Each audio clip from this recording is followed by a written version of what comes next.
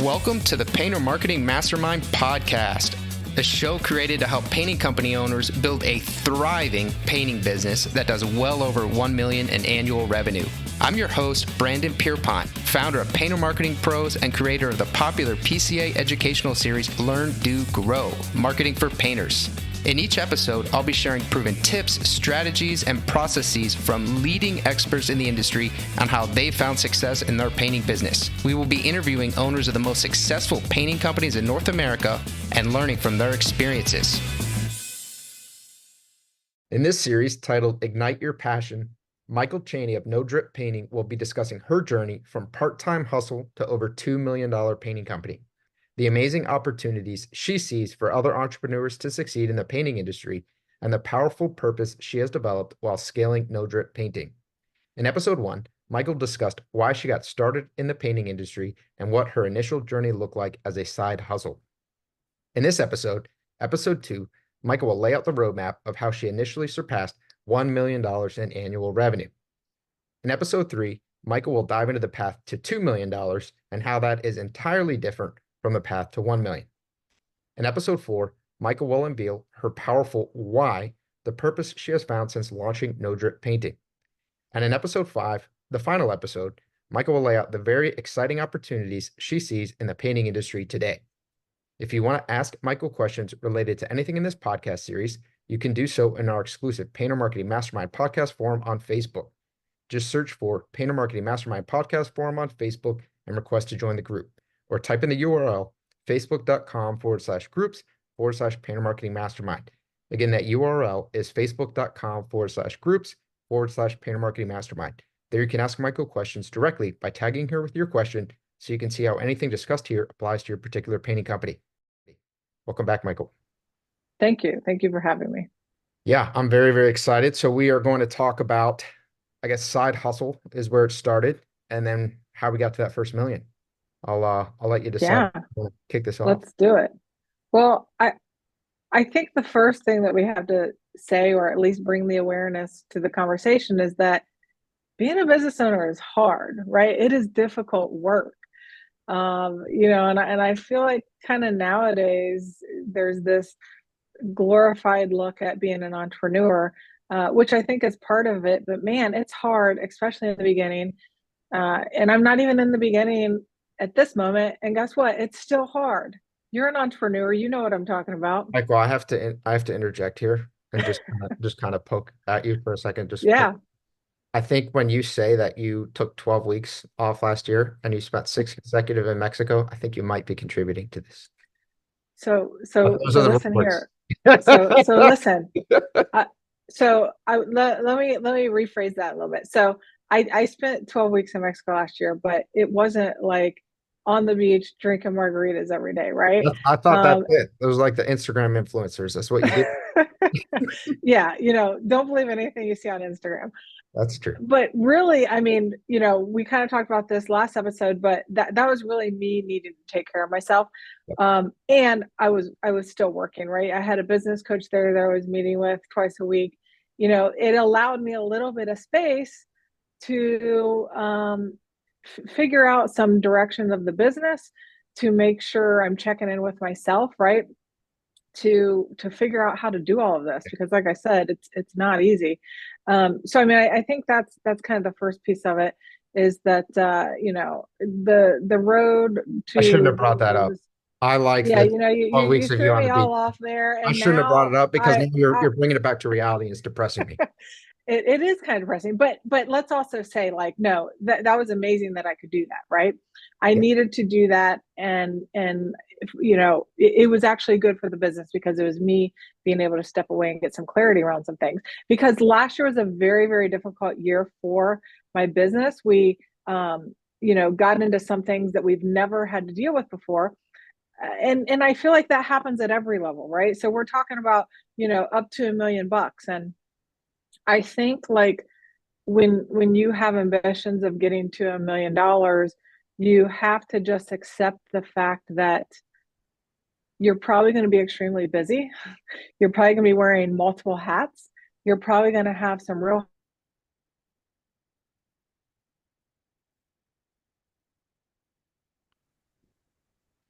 So you got to be prepared that you're going to have ups and downs, wear multiple hats, all that good stuff.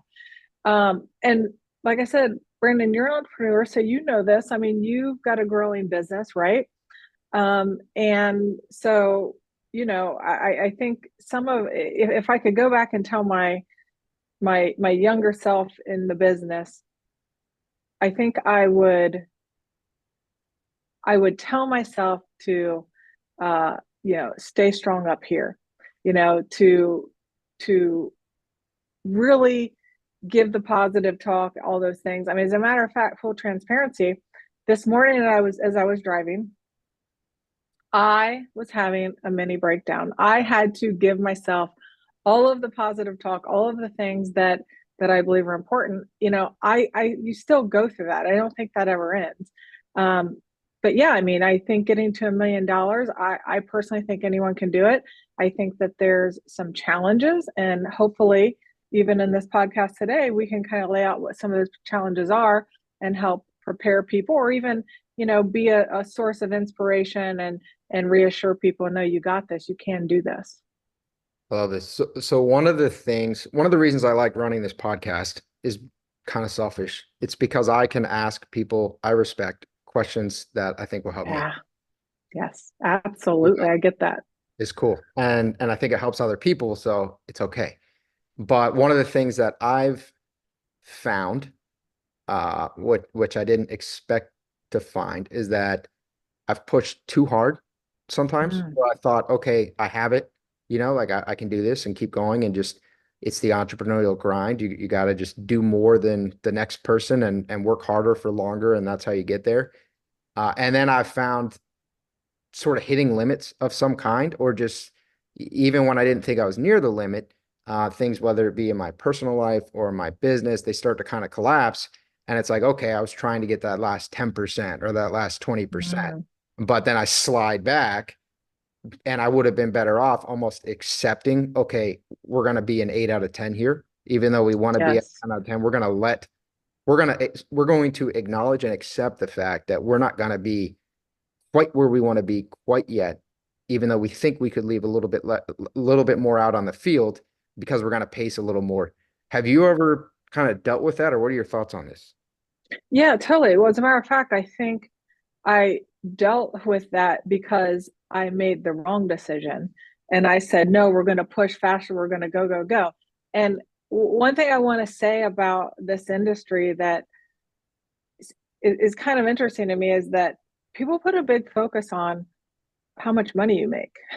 It's like the topic no matter where you go. But I don't go to my friends outside this industry and say, hey, how much did you make last year, right? And I think because often the conversation, I mean, it sounds It's funny, weird when right? you put it that way. Yeah, it is weird. Like, and in this industry, that's like a big topic. It's like in order to get respect and um, prove that you know what you're doing, it's like you got to tell everyone what your business made. And so I kind of fell into that and bought into that a little bit.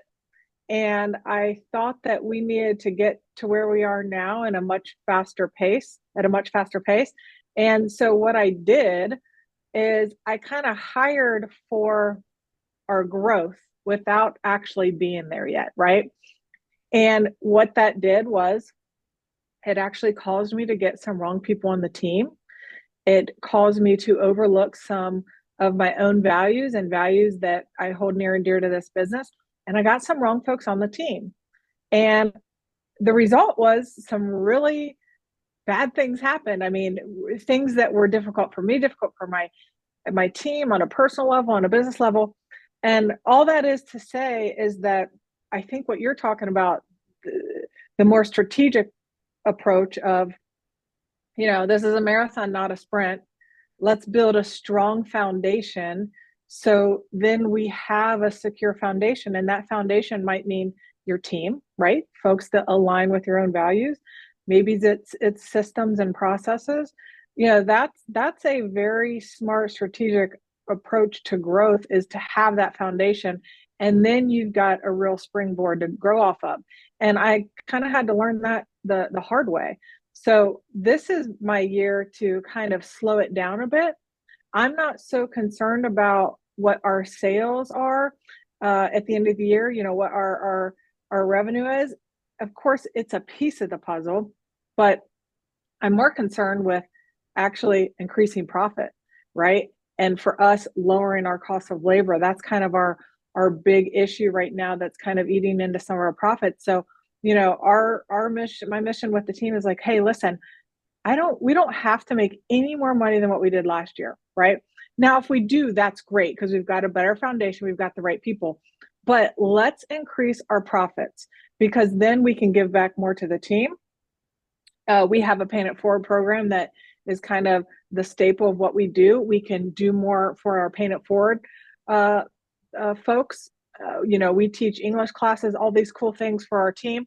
So our focus is let's build profit so we have more options within the business and we can do more for our team, right? So that's a different approach than saying, oh, we've got to get from 2 million to 3 million and we need to do it at this quick pace.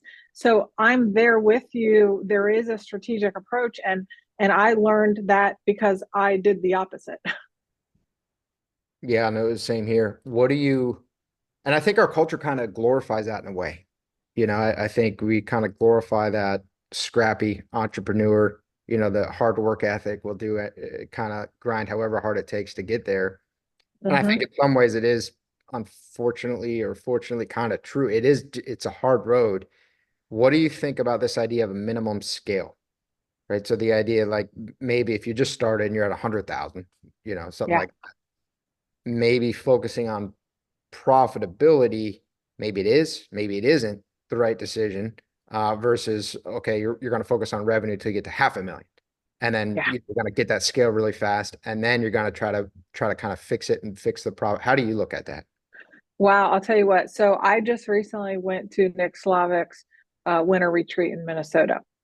And that was very eye opening because there were businesses from 350,000 all the way up to 9 million that were there, business owners within that range. And there were some that were under a million, say like around the 850 mark. Okay. And they were super profitable. I mean, 30% net at the end of the year. And they're operating this business by themselves. They don't have a lot of overhead. And man, they have got cash flow like you would not believe. Do they sleep? And they do. Oh my They God. sleep and they go on vacation. And so Wow. they have created a system for themselves that looks really, really attractive, right? And, I was kind of like running some numbers. And I was like, man, you could potentially have a $500,000 business. You run it by yourself. And if you do it the right way, you could be super profitable, pay yourself well, take care of your team. And you don't have to have some big business where you're losing your mind every day. And I say this because I saw some guys that were doing this. And I thought that was pretty cool. And so I think what I've learned over the last year, and then I got to see this in real life over the last couple of weeks, is that really I think the key is to figure out what kind of life you want to live, right? What do you want your life to look like? How much money do you want to make? Really, all of it. Where do you want to live? What kind of car do you want to drive? Do you want to go on vacations? Do you want to spend time with your parents because they're getting older, right? What is it that you want? And then figure out how the business can create that for you. You might not want to be someone that works 40, 50, 60 hours a week, right? What if you want to work 20 hours a week? Is that a model that you could figure out? And I would err on the side of, yes, you could totally do that. It just might take some real thought and planning. But I think in this industry, you could have whatever you want. If you want the $10 million business, you can have it. If you want a super profitable $500,000 business that doesn't have a lot of overhead and you've created a nice job for yourself within the business, I mean, that's awesome, right? That could be a quicker way to financial freedom than trying to spin your wheels getting to 5 million. Yeah. Do you think you can do both? If you're like super smart, can you scale to 10 million and run a highly profitable business I and think so. not work I, that much? I I think so. Um, I think what you have to do is just be super real with yourself. And I'm going to give you an example that kind of might highlight this. One of our issues this past year was our cost of labor. Our cost of labor is just too high. But we also give a lot to our team, right? We give a lot. And so someone posed this question to me or kind of reframed this for me and they said, "Michael, look, maybe that's the business that you want. Maybe you don't need super high profits because you want to give back, right? And that's okay, but just know that that's the decision you're making." So I say that to really say it can be whatever you want. Just understand that you're making a decision, right? So if you say, I only want to work 20 hours a week, you might be giving something else up. It might be, team morale. I mean, if you're the person that needs to be the strong leader and can you do that in 20 hours a week? I mean, I don't know the answer to it. Are you going to be leaving some money on the table because you're in Mexico for 12 weeks? Like, it's just whatever you're doing, know that you're actually making the decision to do it. And I think recognizing that gives you a lot of power. Yeah, Hopefully absolutely. that kind of answers a little bit of what you're getting at there. No, I think it 100% does. And I think it kind of opens the door to a little further exploration. So when you're wanting, let's just step back. And I don't know how to do this, by the way. So, to scale a business to $10 million, have it be super profitable and work 20 hours a week. I don't know how to do that, but I do. Brandon, I don't know how to do anything. I'm just guessing here. I'm figuring it out as I go. But we can put our heads together and we can come up with some thoughts here. And Yeah. if I think this idea of trade-offs, it's something I've had to realize just in life in general. And I think it's really key. So if you're some of the trade-offs I see right off the bat, if you're going to scale to $10 million and be super profitable and work 20 hours a week, those things are probably not all going to happen all at the same time. Oh, Because to absolutely right. scale, you have to hire people, right? If you want to work 20 hours a week, then the way that you do that is through systems and people. Yeah, And you have to have a damn good team for yep, that, right? yep. And then if you're gonna scale to $10 million, if you're gonna do it quickly, let's say a few years or whatever quickly is to you, maybe 5 years, then there's probably going to be a pretty big expenditure on marketing. So now That's both of right. them have hit your margin. And then you can get to this point. The one thing that doesn't require ongoing time or ongoing money, at least not serious ongoing time or money, is systems. So spending the time Hmm. upfront building good systems and SOPs, it will require time up front, but then that's leverageable throughout the life of your business. But I don't know. Exactly. I'm just coming up with some. Well, I don't know what I'm talking about either, so we're in the same boat. But I don't no, I know why mean, I anyone's think listening to us, really. I think you're right though. Like, you could do that. It's probably going to take a lot of money to do it. So if you have money and you have a savings and that's where you want your risk to be, then yes, that's It's almost like an absolutely investment. doable. That's absolutely doable in this industry, right? I didn't have any money to start. And so that obviously couldn't be my approach, but plus I had to learn everything that I've learned up to this point. But could someone who has done this for a while rethink their whole approach and get to that 10 million mark quickly? I think so. I mean, what I think about this industry is that the opportunities are unlimited, right? You and I have talked about this before. Like, the bar has been set so low in the painting industry that you don't have to do much to make a great impression. And you can totally leverage that. Yeah. Yeah, I love it. And with marketing, if you know how to run effective marketing, it really is like a faucet, right? If you're running Right? paid ads and you're getting cost per lead, it's a little more complex than this, but fundamentally it holds. If you're getting a certain cost per lead and you want Mm-hmm. 10 times as many leads, this would be paid ads in particular. There's all different kinds of marketing, but you want 10 times as many leads, you just spend 10 times as much on your ads. And boom, Yep. you get 10 times as many And leads. and then obviously you have to be super good at hiring because you've got to have people that can facilitate those leads, Right. close them and all of that kind of stuff. But yeah, I mean, you're right. I mean, I think of marketing in the same way that you do.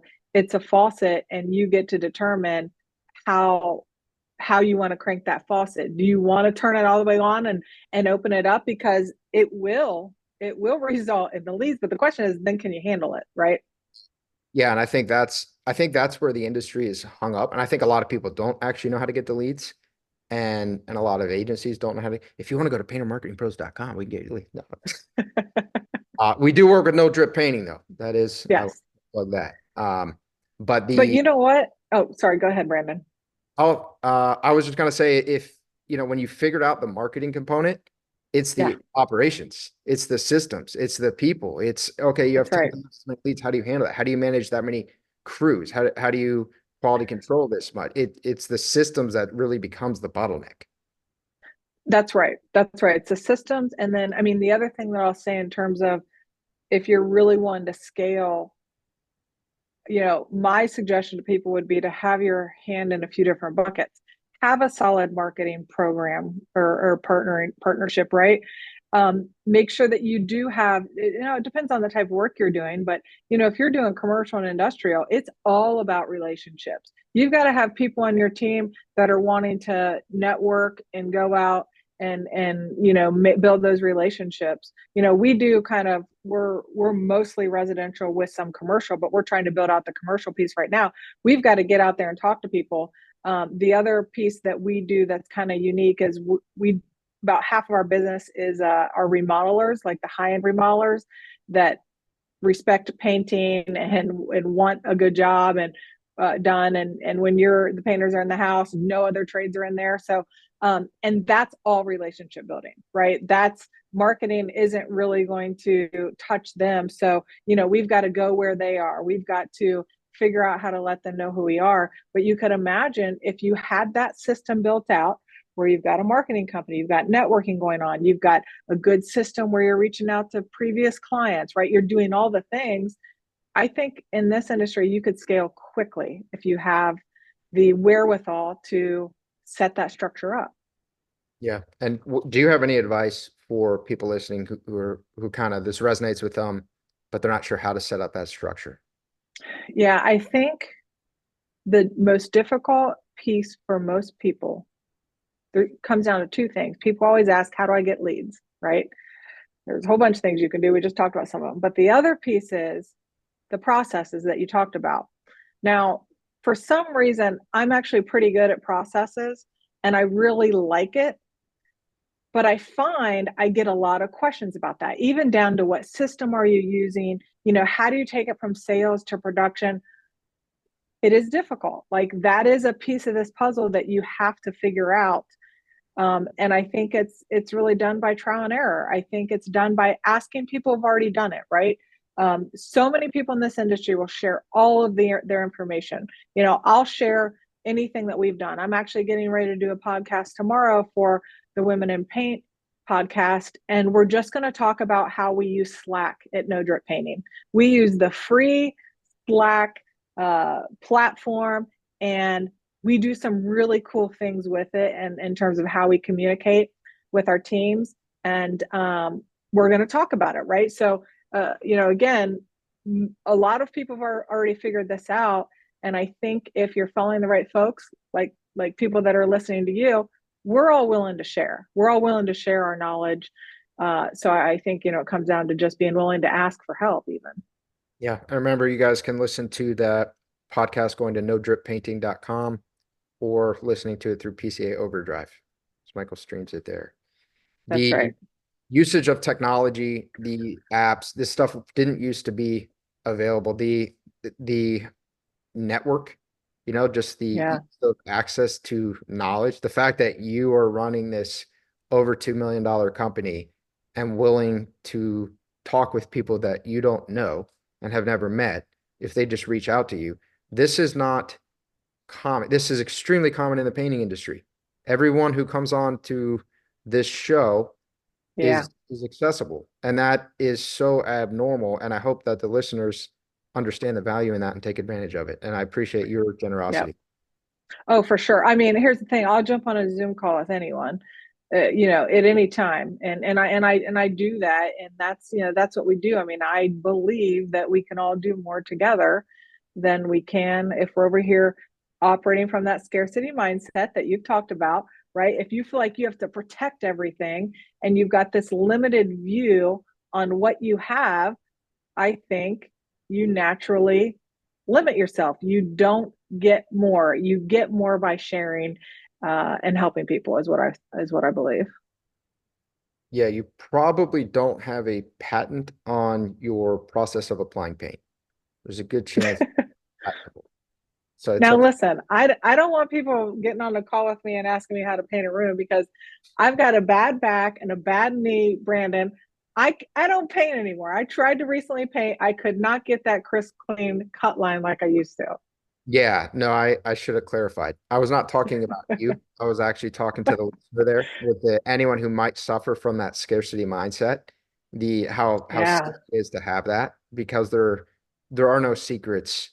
At least I haven't come across any in the painting industry. And I've talked with that's right. a lot of owners. If you do the fundamentals and you do them really well, then you will win.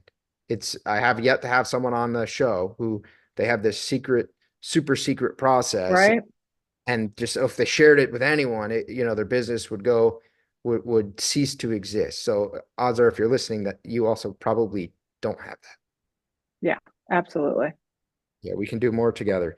So your path to 1 million, we're looking back on it now. We're seeing, I guess, do you think you should have done it differently? Was it more of a, hey, roll up your sleeves and we're going to power through this? What did it look like? It was definitely a power through. And I think that's honestly how I've just done life. And I'm learning now to be a little more free flowing and open to change and opportunity. But you don't know what you don't know.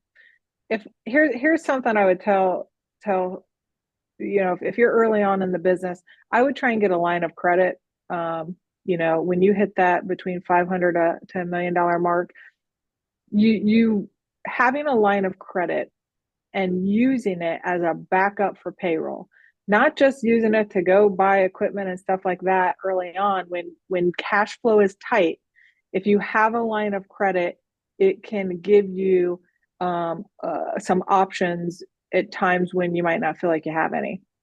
And I would also suggest partnering with a small bank credit union, a bank that is really the foundation is more relationship as opposed to big banks where it's either they're checking boxes, you either meet criteria or you don't. A small bank can really help you grow and give you a little bit of cushion when it comes to cash flow. That's one thing I didn't do early on.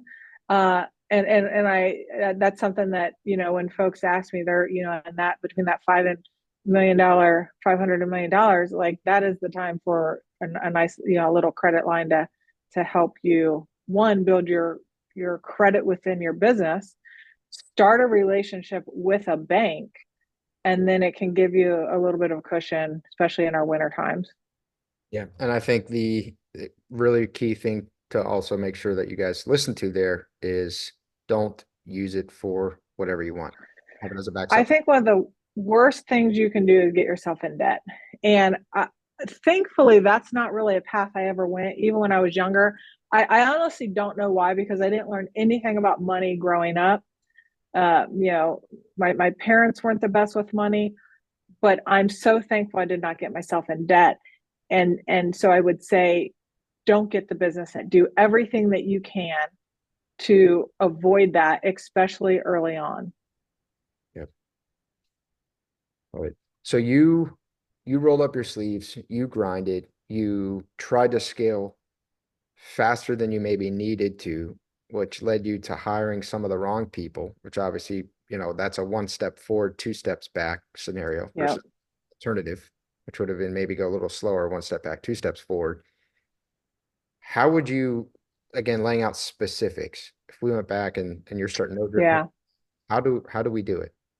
Yeah. So one thing I did and one thing I hear other people doing is that we hire when we're desperate, right? So my example of that is, I'm approaching $1 million. I'm desperate. I need someone to either do sales or production, right? I think the obvious, or the one way to run a business when you get to the million and you're the owner, the question is, are you going to do production or are you going to do sales? Those are two areas that are easy to split up and divide. And as you grow, you're probably going to have a production team and a sales team anyway. So as I was getting towards that million, I'm thinking, oh my gosh, I need an estimator, right? I'll take over production or put someone in estimating. And because I was doing it while I was losing my mind, I was making bad decisions. I was taking a Honestly, painter who's a really good painter, and you always hear people say, don't do it, it doesn't work. And then you try and put them in a position, and it doesn't work, right? And so here's what I would do, and this is what I do now. As you're on your road to $1 million, no matter where you are,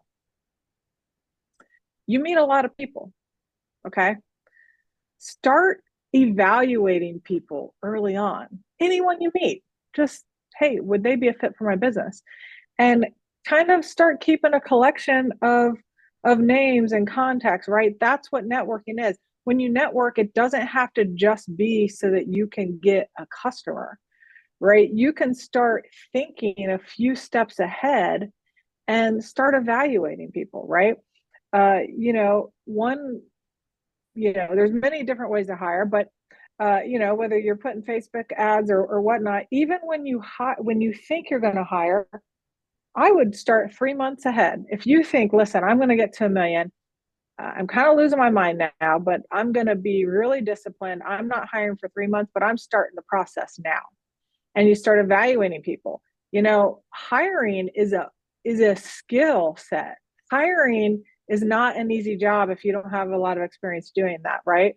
And for me, what I've learned is that I need a little bit of a more in-depth interview. I can't just sit across the table from someone and ask them what their strengths and what their weaknesses are. I have to figure out how to know somebody. I have to know, are they going to vibe with my business?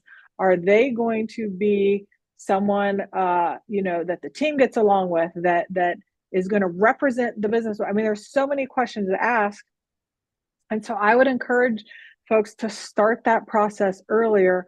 One, get practice for yourself asking these questions, and get creative. Don't just go for these regular basic questions. Don't Google 20 interview questions and then ask all those. Like, you've got to get a little creative. But I would start that process sooner, because what I used to do is my hair would be on fire and I'm like, oh my gosh, I need someone in here. And then because I'm hiring, it's kind of like you're hiring even from that scarcity mindset. You're not really hiring for the right reasons. You're doing it out of desperation. That has got me in trouble more than once. yeah. And I think hiring, so a close friend of mine in the industry, Chris Elliott, he runs On It Painting, and he says always be conducting hiring activities. You don't always have to be Yes, hiring, but you should always be interviewing, looking for people, forming a network, as you say. that's right. Yeah. And I think it's essentially a funnel. It's a funnel Yes, the same way that leads are a funnel. And when you say you're hiring people out of desperation, what you're basically doing is hiring a pair of hands. That hands is probably not going to be the right pair of hands. You're probably not going to enable them the right way. Even if they happen to be the right, right. it's still not going to work out. And it's almost like taking any job you can get. When you start out as a painter, like, oh, hey, can you do this little handyman work? Yeah, I need the paycheck. I can do it. And you get stuck doing that long enough, and it becomes hard to actually build the company that you're trying to build. That's right. And what I found is that it's more difficult to get rid of someone that's not a fit than it is to take your time from the beginning to ensure that they are a fit. Now, in the moment, it doesn't seem like that. In the moment, you're desperate, you need somebody. It is so much, I don't even want to say easier. It is, it is just a better approach. It is going to enable the business in a much better capacity if you slow down when hiring and really think it through, even though in the moment you feel like you cannot take the time to do that. It's so important. Um, The you talk about really getting to know somebody. So don't just sit and ask them 20 questions that you looked up online. Get creative, get to really understand that person. How do you do that? Yeah, so this is kind of new for me because this is based on what an experience I went through last year. But we're hiring an estimator right now, and so what I did was I created this document that says, "Here's who No Drip Painting is." Right. The point of this document is that I want someone to read this, and I want them to know immediately that they're not a fit. Okay. This is, and I say I want them to know immediately they're not a fit as opposed to them knowing they are a fit, because it is more important to me that someone knows right off the bat this is not the company I want to work for. So I have a document that I send. The other thing that we've done is, and you've heard me talk about this. I talked about it at the Women in Paint in my presentation there, but we are telling the world who we are, right? We are putting our bat signal out there, and our bat signal is going to attract all the folks that we want to attract. But more importantly, it's going to deter the ones that we don't.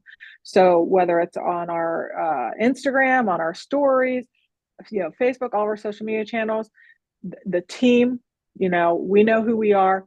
We also have this document. We don't want anyone to get misguided and land on in our team that shouldn't be here. So the first thing is say exactly who you are and whatever opportunities you have. I've got this document, and then we're going to do kind of some interesting, fun things. And maybe I can circle back with you in 6 months and tell you if it worked. But one idea that I had is we're going to host a couple happy hours, and we're going to invite all these candidates, and they're going to come hang out. And I'm going to get some people that I trust, like some folks in Sherwin-Williams who I really respect their opinion. I've got some other business owners in town. Really, I respect their opinion. We're going to host a couple happy hours, okay? And my team will be there. The candidates will come in. I want to see, do they take advantage of the free alcohol that we're providing and maybe have a few too many drinks? How do they act? What do they say to me? What do they say to my team? Like, I just want to see who people are. And so we're going to try and set up some scenarios like that. I've never done it before, but that's what we're going to do. We're just going to try to get to know people in a setting that's comfortable and see if we can detect, who they are. That's neat. Or how are you framing that happy hour? Like a hiring happy hour, or what is that position? It's going to be like a meet and greet type thing. And it's not going to be something that's required. We're going to throw a couple of different times out there. And, the key here, I think, for me is that we're approaching this slowly. The other thing that I'll say that I really put a lot of stock in is when people approach me. This has happened twice now, where someone comes to me, they've got a job, right? They're not desperate. They're not like in a situation where they are desperate to find a job because they have to pay their bills. They've come to me and they say, you know what? I love everything that your company is about. I know that your team likes working with you. You guys do the coolest things for people. Are you hiring? I don't care. I've had people tell me, I don't care what position it is. Are you hiring? And I put a lot of stock in that now because those are people who know who we are. And so I would say that if you have anyone that approaches you, maybe you don't have a position at that moment, but that is someone to, remember when you are hiring. So that's I've had some luck with that. So it's really interesting. I normally don't record two podcast series at the same time, but I am recording a series right now with, I think it will be coming out after yours, with Corey and Chad Leister of Inspired by You. Yeah. And one thing they talk about is exactly what you're talking about, which is having the values be very clear, very Yes. obvious. And they tend to have people come in looking for a position, you know, Corey said the story's always the same. Just, hey, I've seen your company. They'll have customers sometimes come in. Yeah. The painters in there, they learned about the company and now they are sitting there, wanting to figure out how to work there and they don't even know what the job is. They just know they love the culture. And one thing they have is a really strong team. So this seems like this is becoming a pattern at this point that it's less maybe, hey, you need to go out and you need to hunt down and find these people. And also there's also an element of, hey, just get very clear on your values. I think a lot of companies are not. And then be very open, transparent, make sure everyone knows, and you'll start to actually have sort of there's inbound leads that out Yes. inbound applicants without you needing to really do anything. And they'll be the right people. That's right. And really I think what this comes back to, Brandon, is who are you as a person, the business owner? And if you have a partner, who are you? What really is important to you? And we hear people say that all the time. Like I've always heard people say that, right? So the best advice I've gotten is, be you. And it's like, well, I am, I'm me. But no, there's a deeper internal reflection that has to take place for you to actually figure out what that is. And then the challenge becomes, how do you articulate that within your business? I mean, for me, I believe it gets pretty deep.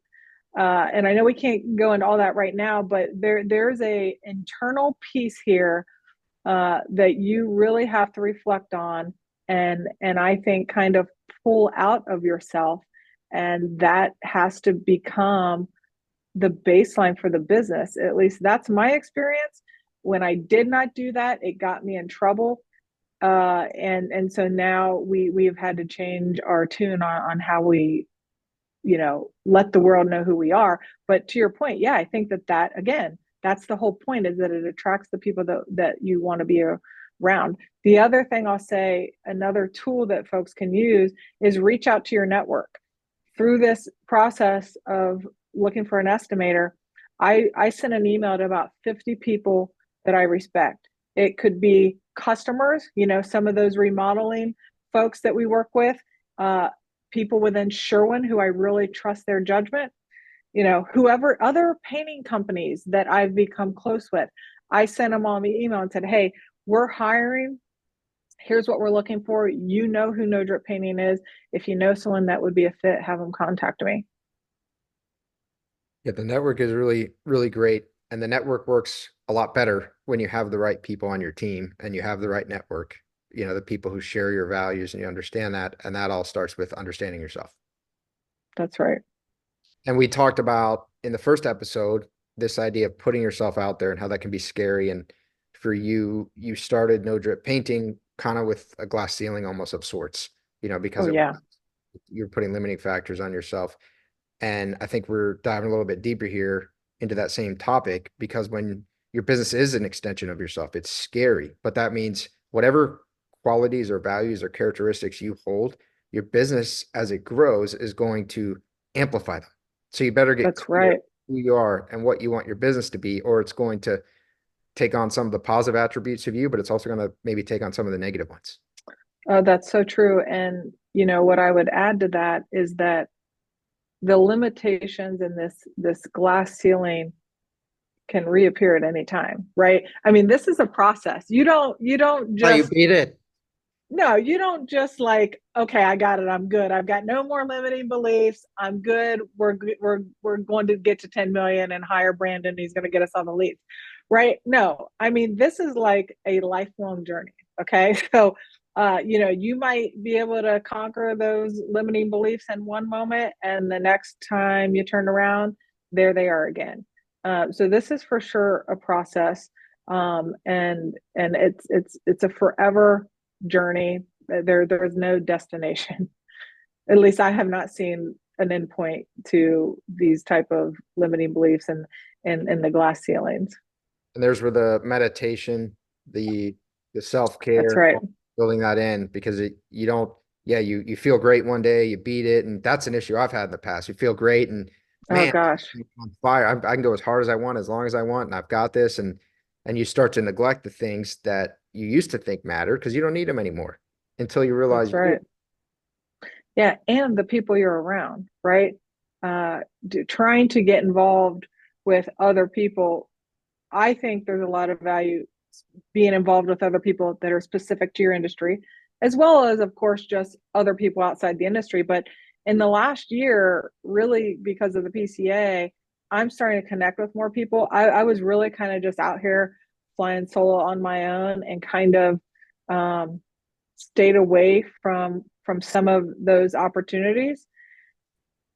And now I'm leaning into them, and that right there is its own source of inspiration, right? Having the conversation, listening to these podcasts, talking to people like you, that alone is inspiring, and it helps you recognize that you can do it. So I'm going to ask you another question for me, because it's been I this love it. weird thing. So I wasn't always an entrepreneur. I started out my career as an employee. I worked in finance, and I was definitely going a pretty traditional, although still hard charging route. But then I became an entrepreneur, and my mind changed. There's definitely Yeah. very big difference in the way that you think as an entrepreneur versus, an employee generally. But one thing that I've kind of found weird is talking to my friends who I used to better relate to, let's say 10 years ago when we were all employees. I don't really go to them anymore for Yeah. advice or thoughts. And you talked about surrounding yourself with the right people. It's not that they're bad people. They just there's like a bridge that can't be crossed, where they don't see things the same way. I'm wondering if how you feel about that, about talking with other entrepreneurs versus people maybe in more traditional roles, and whether you've noticed any difference. Yeah, man, that's a tough one. And the reason I say it's tough is because my whole friend group has changed. I mean, I don't relate with people like I used to at one point, right? And that's just part of it. I mean, successful people say this all the time, that, the people that you hung out with at one point might not be the people that are on the journey with you in the end. And it's true. It is hard for me to relate with people who are not business owners, and that could be a problem with me. I recognize I, that. I Um, suffer from it too, but for me, I use them as kind of almost a retreat, a way to step away from. sure. And to not probably have to think so hard. But you know what I found super difficult? I can't be around people who hate their job. Mhm. I have had some friends who, just want to complain about their job. We probably can't be friends then. Like I can't sit in that conversation. You know what I'm saying? So it's, I think that this is also why they say being an entrepreneur is lonely, because you change, you've got to dig deep. I think it's all about this internal journey. At least that's what it's been for me. And it's about figuring out who I am and what kind of life I want, and asking all these difficult questions. I mean, look, dealing with traumas in life. Okay. For me, this journey that I'm on has forced me to go back to my childhood. Okay. And deal with some stuff. And there's not everybody in my life can relate to that, right? Like, I have to change in order to do this. We kind of talk about getting to the $1 million mark. You're a certain person that can get there, and you cannot be that same person to get to 2 and 3 and 4, right? And so you change, and so your relationships change, your friendships change. Even, I've experienced what I can talk to my family about has changed. Not everyone gets it, and that's part of this. And I think that's why sometimes it feels so lonely. So when you do have folks like people in the PCA or other groups, we've got a group here in Ohio called Goop. It's a gathering of Ohio painters. Aaron from Sunlight House Painting started, Aaron. And that's another opportunity to get together. And for years, I just did not participate in this stuff. And now I realize all the benefits and all the connections, and just how important those things are. So, they're available. Even, some of the Facebook pages, and I would encourage you to get in on a Facebook page that doesn't discourage you every time you ask a question, because those are certainly out there, That's a right? stupid question. Why, how Yeah, can you call yourself a painter? exactly. You don't know how to price out that, you know, 10,000 square foot house. So What a that's not very loser. productive. Try to stay away from those, I would say. But the people are out there to connect, and you can find them probably just from your podcast. Yeah. Yeah, no, 100%. I don't even remember the last time that I heard someone complaining about their job. Whereas, and I hadn't thought about that until you just said that. Yeah, right. So common. But I'm curious. I want to dive into it. We just take all these different trails, and I like that, Michael. But when when it bothers you that much, have you given thought to why it bothers you so much? To be around that, Yeah. I think at this point, I try to only be around positive thinkers. Now, it doesn't mean that you can't have a bad day and you don't discuss it, right? But to me, it's very draining to be around someone that just complains. And, you know, I also probably would say that I know that people have the power to change that. Now, I say that with the awareness that most people don't think they can change that, right? But I know that you can. I know it takes a lot of hard work and a lot of gray hair and back problems and all the things, right? But you have the power to change it. And and I think it's difficult for me to be around people who in some case act powerless. I struggle with that too. Yeah, that's exactly what I was thinking when you said that. Is like, okay, if you hate it so much, then go do something about it. And don't tell me Yeah. how much you hate it. Go fix it. Like if there's Yeah. something in my business that I hate, I'm gonna fix it. I'm not gonna That's right. come grab a beer with you and tell you how much I hate it. But yes, entrepreneurship is not easy. The gray hair, I'm sorry that you've gotten some gray hairs. I haven't. I've gotten some surfer highlights, is what I say. Okay. Yeah, Surfer highlights. I my like wife, that. my wife thinks that there's something different, but I say no, I'm just becoming more and more chill, more and more like a surfer. So yeah, it would be a bummer to get gray hairs. Unfortunately, I don't. I get Well, blonde. that's why you have a Haley. I have a Haley that gets to go in there and remove the gray. And I see her this week, so I'm really excited. I love it. No, my hairs are gray, but don't tell my wife that. So the I did want to touch on this idea of finding the right people, attracting the right people with the values. One of the things I've heard more than one person say, which I find interesting, is looking for talent like in your daily life. You mentioned that, looking for people. Mm-hmm. And a lot of times people find great candidates in the service industry. So Mm-hmm. waiters, waitresses, hotel staff, things where people are really used to providing a positive and enjoyable Yeah. experience. Has that been has that been something you've ever done or looked at? Well, I have a couple girls, we're 75% female, but a couple of the ladies on my team used to work at Sherwin. Now, when they came to me, they did not leave Sherwin-Williams, but I find people who have that type of background, so specifically store managers, where they're customer facing, the truth is Sherwin-Williams does a great job of training. And they've got all the systems and all the money to really train their staff, and they've been great resources for my team. Not only do they know the products, but they've got the customer service experience, which pairs well with what we're doing. We just talked about how the bar's been set low in our industry, and that every time I say that you smile. So I've got to hear what I you're just thinking keep when I smiling. I know say that. nobody can see it. Because you know I don't want how to true say it is. anything. It's just, yeah, it's real bad, man. I've talked to a lot Like, of owners. it's terrible. But the girls I've got from Sherwin-Williams, and I call them girls because they're at least 10 years younger than me. That's a term of endearment here. But they know how to have a good customer experience, and that's like one of the major points at Notre Dame is we want an excellent experience. So that's they're somewhat in the service industry, customer facing. But yeah, so I mean, I think that my thing is we'll hire for character, train for skill.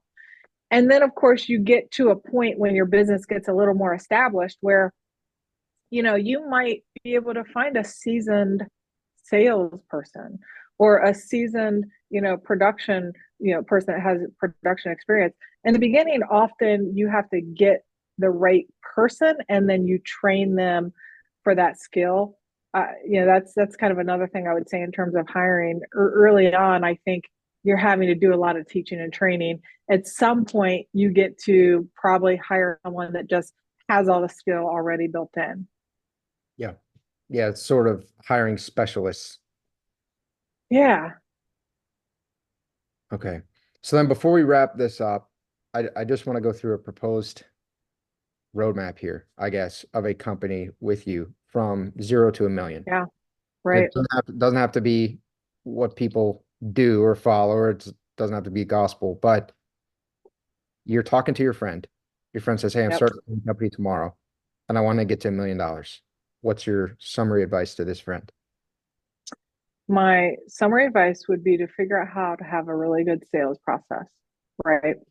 Uh, because you, if you get a lead, you need to figure out how to close those and have the faster you get to a higher close rate, the better. And I think that hinges on having a sales process that you can repeat over and over and over again, right? That's the first piece. The second piece is you have to start tracking some numbers. You have to do your job costing. If you are not doing job costing, I just think that that is probably the worst thing you could possibly do for your business is not do job costing. Okay. And simultaneously, my suggestion would be to track your close rate. So, like, numbers I know can be scary for people, and I don't think you have to fully understand a P&L. You don't have to do, you need to have those things because it's going to help you down the road. But job costing and understanding your close rate are two huge pieces that I would say the sooner you can add that into your business, the better. It's going to allow you to make decisions from a strategic standpoint that really count. For example, job costing, if you're losing money on your jobs, you need to know that right away. Like, you cannot wait for that. If you're losing jobs only on all your exteriors, but you're killing it on your interiors, you need to know that. So those are two numbers pieces that I would say are a must, along with building out a sales process.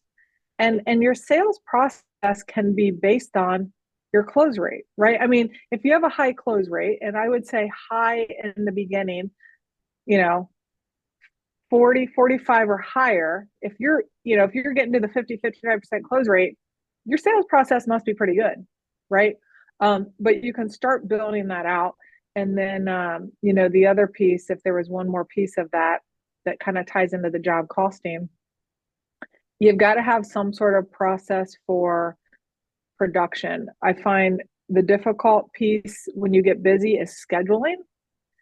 So, scheduling and really collecting information from the customer. What color do they want on the wall, right? You have to have that information before you can start the job. So, nailing the scheduling and the collection of customer information, I think, is a big thing. If you can focus on kind of those areas, I think you'll have the opportunity to kind of build out some processes and replicate them. And what I would say about that is that you do have a process. Okay. Like, whatever you're doing is your process. The question is, are you recognizing it as a process and are you doing it the same every single time? Right. And if you want to take a step further, document the process. That might seem a little overwhelming in the beginning, but like, everyone has a process. The question is, are you doing the same thing over and over? And if you're not, you need to try and streamline that a little bit. Yeah, there's some kind of process there, even if it's not necessarily a very good or efficient one. Yep, exactly. Put down on paper, look at it, and then you can face the reality, so to speak, and start to improve it. Exactly. And one thing I want to note here is what you didn't say, and I know it's potentially a part of it, and we've talked about it, but is all go out and work hard and grind and things like that. You said, hey, start by essentially getting your fundamentals in place, your sales process, knowing your numbers, knowing your job costing, your close rate, knowing your production process. Get these things in place because those are leverageable assets. As you scale, they're going to actually become more and more and more important. And I think one of the issues that painting companies will make early on is they'll kind of have the owner do everything and figure it out and kind of bounce and wear all these hats, which may be necessary, but it's not sustainable. And then you run into the point that you ran Right. it, which is, oh my gosh, I'm so overwhelmed. I need to hire people. I need to hire people. But if you just start and you plan this out a little bit more and you put the pieces in place, it will be a smoother journey. That's right, because you know what happens if you don't have some of these processes figured out is you hire someone and then you really don't have a way to tell them what to do. They don't have anything to follow. Most people, unless I almost want to say unless you're an entrepreneur and you're crazy enough to tackle all this and go this path, most people need some sort of structure, right? And if you say bring in an estimator and you don't actually know what your sales process is because it's in your head because you just do the same thing every time, how are you going to get someone else to do that? And while they're doing it, you're going to have to expect that their close rate is going to drop. If you might have had a 55% close rate, if you bring someone new into sales, it's probably going to drop. Unless they are a seasoned salesperson, you've got some other things there to consider. So having a documented process is actually going to be your training guide. Yeah. One thing I've learned in my entrepreneurial career is you don't want to rely on people to figure it out. They are That's not right. skills. That's your skill set. That's why you're a business owner. You figure out a lot of stuff. It's a very unique skill set. You might not be the best at any particular thing, but you're very good at figuring out how to make it all work well enough. It's people who come in generally are not going to be as adept at that. That's right. That's right. And if you think about it, people who have worked for other companies, they're going to be structured, you know, unless it's another small business that didn't really have any I structure, mean, I like work for the Wild West of your company, right? Not yours, not you, right. of Well, any. like Yeah. Sherwin-Williams, right? I have some folks from Sherwin-Williams. Well, they can't go from all the structure at Sherwin-Williams to a company like, okay, I'm not really sure what to do. Just figure it out. Go get these sales. That does not work for the majority of people. It'd be a rough transition. Another Yeah. thing I want to point out that you focused on, and it's mind-boggling to me how little painting company owners tend to focus on this, is the sales process. I was at an event Mm, late last year. I was at Jason Phillips Contractor Freedom Summit. He's phenomenal at sales. He's teaching sales. He ran a sales retreat a week ago where he kind of took people into his office and ran through his whole sales program, and he's really good at it. And he was going through his numbers. 2023, his cost per lead went up significantly and his lead flow was down. And he did have the best year ever. But from a marketing standpoint for painting, it was a harder year because 2022 was just objectively, generally a much easier and better year for painting companies than 2023. And he kind of put up some numbers on the board for 2023 versus 2022. And he said, okay, guys, what do you think happened here? Just the immediate snap decision from everybody was, oh, the lead quality got worse. Or, oh, they're bad leads now. They mm, might be bad leads, right? They might be. There's a chance, but that actually wasn't the answer because he knew because it was his company and it had something to do with the sales process in that instance. But the right. immediate lead is, oh, the immediate default knee jerk. And like you said, what do they want? Oh, we always want more leads, right? The immediate just knee jerk reaction is, oh, the leads are bad, or oh, there aren't enough leads. Right. But when you're saying have a good sales process, take the assets that you have and monetize them and make them the most valuable that you can make them. Don't waste them. So focus on That's right. Well, and my team, actually when we start working with you and we're getting more leads and our close rate drops a bit, that's what my estimator was saying. Well, it's the quality of the leads. And I'm like, cut out this nope. part, Michael. Don't worry. You keep going. But no, I mean, my message is no, we need to get better at what we're doing. Okay. We need to get better at what we're doing. And we might have to change some things a bit, right? We might need to recognize, look, when you use a marketing company, you might not get a lead that always falls in your A type of client. That's just the reality of it. Okay. But we might have to change things a little bit. We might need to be a little more savvy. And I'll give you a quick example. When you go into someone's house, this is what I'm coaching and training. There's a question to ask. Are they going to be living in that house or are they going to be selling it? And I feel like that is the first question. Like, why do they want to paint? That is the question that ask. And from there, we then can determine a solution for them, right? And we were overlooking that. You shouldn't, if All someone wants to messaging. sell their house, yeah, if someone if they're selling their house in the spring, they do not care about half of the things that we say on a regular basis, but they probably do care about scheduling and efficiency and price, right? And so you have to change, and you have to be willing to do that. And that's part of your sales process, right? That's training your estimator to be able to adapt the conversation to what the customer actually needs. So that's to me, that's the key in all of this. 100%. Yeah, don't project your thoughts and your values and what you think is important on the customer ask, and then tailor your messaging and your proposal and your sales process around that. And one of the things that we're doing for Michael, and this is I'm glad you brought this up. It's a really good point. We're running paid social ads, so paid Facebook, Instagram ads for you. When you when you have a business and you've been relying on repeat, a referral, or Mm-hmm. another thing we're doing for you, but it's a longer. So what happens quickly is the Facebook ads leads. When you're relying on these leads, there is no higher quality lead than a repeat and referral customer. You should close them high. That's right. So when you start to say, "Hey, I'm at 500,000, I'm at a million, I'm at 1.5 million, and I want to scale. I want to go. I want to hire a marketing company. I want to start running paid ads." Those leads are going to be different because now Mm-hmm. you are now choosing to scale. You are choosing to get paid leads, and your sales process, your speed to lead, how you conduct yourself in that becomes more, Yes, because they don't already trust you because they're a repeat and referral. You are a commodity. You have to decommoditize your painting business, and basically you need to kick butt. So recognize that's that. right. Yeah. Yeah, and you got to be willing to make changes. I mean, it's great to say I want leads, but we kind of talked about this. Do you have the capacity to handle them? I And want 100 referral, well, which you can. We're actually, I mean, you can actually do that. I haven't really revealed this that much yet. We're partnering with Brandon Lewis over at Academy for Professional Painting Contractors, and he really focuses a lot on the repeat and referral leads. So yeah, this idea, I want more leads, but I want them all to be the same quality as the repeat and referral. I want them to close, just lay down closes, and well, then get really, really, really good and intentional and active with your repeat and referral. Don't just sit there and wait for the, exactly, exactly, exactly. That's it. yeah. Michael, this was a treat as always. I know we zigzag. I feel like we definitely covered it though. The path from 0 to 1 million. Yeah. Did we? Did we? We got it. We got it.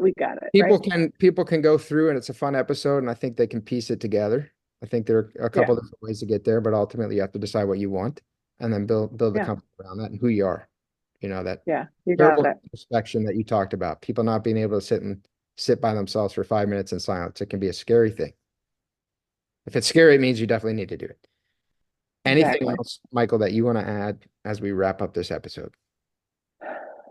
Like I've said before, I think part of my job here and all of this is just to reassure people, like, you can do this even when it gets hard. You can do this. If being an entrepreneur, being a painting business owner is on your heart, I believe when things are on your heart, then it is your duty to at least give it a shot, right? That has been placed on your heart for a reason. And, leaning into that and exploring that, I think is part of the deal here. But you can do it. It's hard. It's difficult. You get some gray hair, some back pains, but you can get through it. And I think on the other side of that is where you get all, where the joy is, right? Where the self-fulfillment, where you build the confidence. And so if I would, the message is you can do this. You got this. Yeah, I love that. And I love the sense of obligation there. It's not just, oh, you should do it. It's your duty to do it. It's in your heart. Yeah, It's in your heart. that's You're right. going to reach your potential. You're going to create something for the world. You have an obligation to follow that. That's right.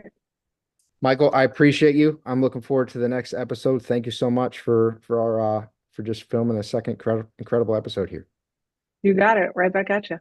If you want to learn more about the topics we discussed in this podcast and how you can use them to grow your painting business, visit paintermarketingpros.com/podcast for free training, as well as the ability to schedule a personalized strategy session for your painting company. Again, that URL is paintermarketingpros.com/podcast. Hey there, painting company owners. If you enjoyed today's episode, make sure you go ahead and hit that subscribe button. Give us your feedback. Let us know how we did. And also, if you're interested in taking your painting business to the next level, make sure you visit the Painter Marketing Pros website at paintermarketingpros.com to learn more about our services. You can also reach out to me directly by emailing me at brandon@paintermarketingpros.com, and I can give you personalized advice on growing your painting business. Until next time, keep growing.